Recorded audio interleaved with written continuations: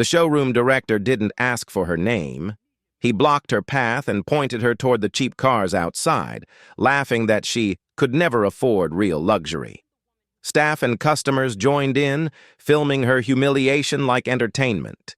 They insulted her success, mocked her ambition, and told her to try a dealership where people like you belong. She stayed silent, letting their arrogance grow. Because while they believed they were embarrassing a nobody, they were actually destroying the one person who controlled their biggest corporate lifeline. Clara Davis stepped into the luxury showroom with calm confidence. She didn't need anyone's approval to be here, but she was about to witness how ugly entitlement can be when it feels threatened. The moment she crossed the entry mat, the showroom director, Austin Clark, intercepted her. His posture said everything. "You don't belong here." "We don't entertain window shoppers," he announced loudly. "Honda has great offers nearby. You'll feel more comfortable." Clara raised a brow but said nothing. A few customers snickered. A pair of salesmen smirked. One teenager flipped on a live stream, whispering, "Watch this. It's about to get racist." Austin snatched the brochure from Clara's hand. "These cars aren't props for selfies," he sneered. "They cost more than you'll see in your lifetime." The room laughed with him, a chorus of privilege. Clara stayed still, not scared, just observing. She wanted to see how far they'd go when they thought she had nothing. A saleswoman named Mia approached hesitantly.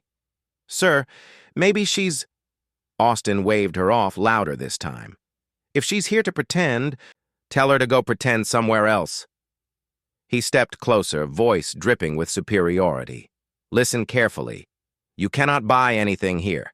You don't have the money, the status, or the right to even be inside this building. So leave." Phones tilted upward, capturing every second. Another customer chimed in. "Oh, wow. She came dressed like that and thought she could drive a Bentley?" Clara still hadn't spoken. Silence was her armor, and her trap. Austin scoffed.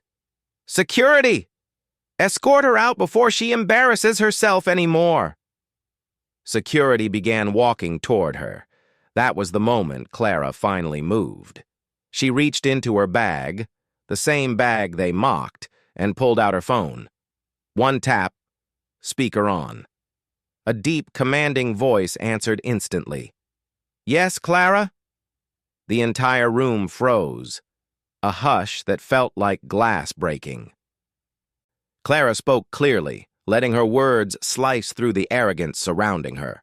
"Mr. Stone, terminate the $1.5 billion strategic fleet contract with Clark Automotive Holdings, effective now." Gasps slammed the room silent.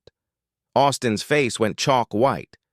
What did you just say?" he stammered. Mr. Stone's voice thundered through the speaker. "Done. And security is on its way to remove anyone responsible for this humiliation. Keep the call active." Austin swallowed hard.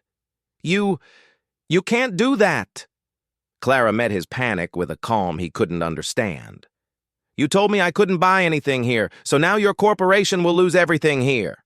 The livestream viewers went wild. "OMG, she's the boss. He's finished. Reverse, you know." Mr. Stone continued. "Everyone in that room, listen carefully. This woman is Clara Davis, Chief Executive Officer of Titan Transport, our largest corporate client, the reason your company exists." Security, the real authority, entered swiftly. Clara's voice sharpened to diamond. "Austin Clark, you're finished." Mr. Stone didn't hesitate. "Austin Clark is terminated immediately. Escort him outside. He is banned from all Clark properties." The same security Austin ordered to throw Clara out turned toward him instead. Customers stepped back from him like he carried a disease. "What? No, this is a misunderstanding," Austin begged. "I didn't know who she was." Clara leaned in, voice cold as justice. Your respect shouldn't depend on status. You humiliated me because you thought I was powerless. Security took him by both arms as he screamed, "You can't do this! I run this place," Clara replied softly. "You ran this place." Past tense. Phones recorded him being dragged out, the fall of a man who built his identity on arrogance. Mia, the only employee who tried to stop him, stood frozen. Clara looked at her with a small nod.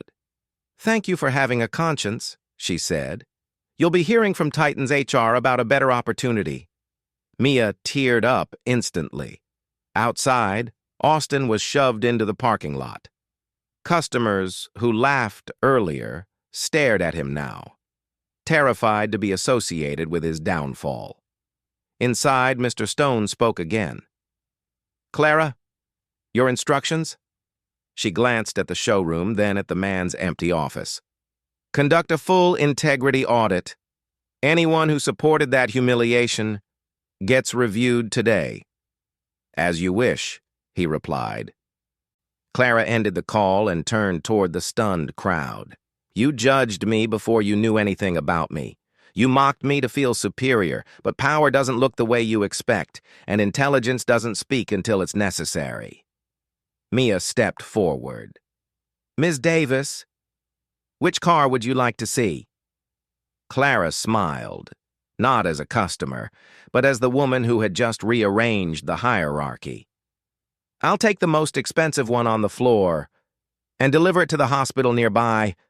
There's a nurse there who saved my mother's life. She deserves a reward." Everyone blinked, the twist they didn't expect. She didn't come here to show off wealth. She came to honor someone who mattered. The teenager live streaming whispered, "This woman is unreal." Clara turned to leave. Security saluted her respectfully. Mia followed with gratitude in her eyes. The doors opened for Clara like the world finally understood who she was. Austin remained outside, forgotten, unemployed, powerless. Clara didn't look back. She didn't need to, because every person inside that building would remember her forever. They thought they were humiliating someone beneath them. Instead, they tried to push down the woman who held them up.